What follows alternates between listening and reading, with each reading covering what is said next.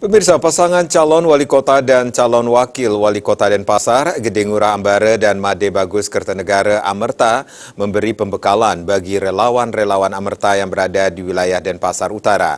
Para relawan nantinya akan menjadi duta dalam menyampaikan visi dan misi Amerta di lingkungan masyarakat. Calon wali kota Denpasar Gede Ngurah Ambara mengungkapkan, pembekalan diikuti oleh relawan-relawan Amerta yang berasal dari Kelurahan Ubung, Peguyangan Kangin, Daupuri Kaja, dan Pamujutan Kaja.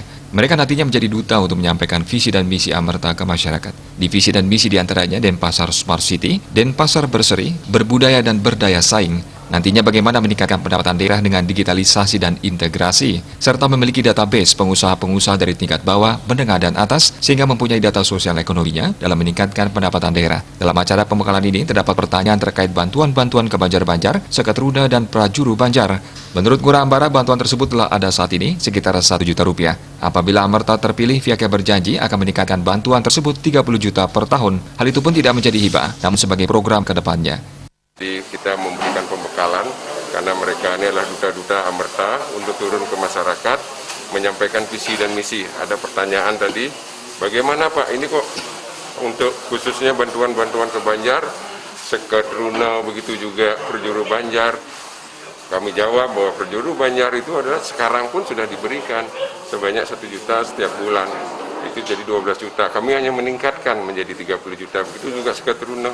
Nah, itu pun bukan menjadi hibah, tapi menjadi program dari dinas-dinas selanjutnya.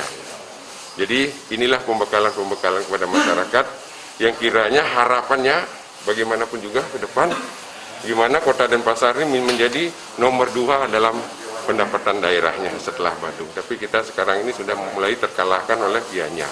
Harapannya kemudian ada pemimpin baru, Amerta bisa memacu daripada pendapatan daerah sehingga kesejahteraan masyarakat Kota Denpasar bisa ditingkatkan.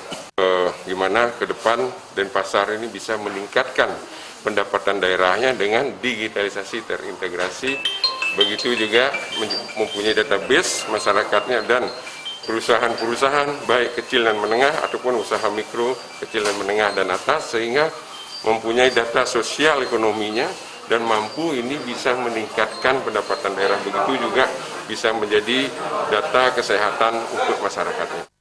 Dalam kesempatan tersebut dilakukan yel-yel kemenangan Amerta.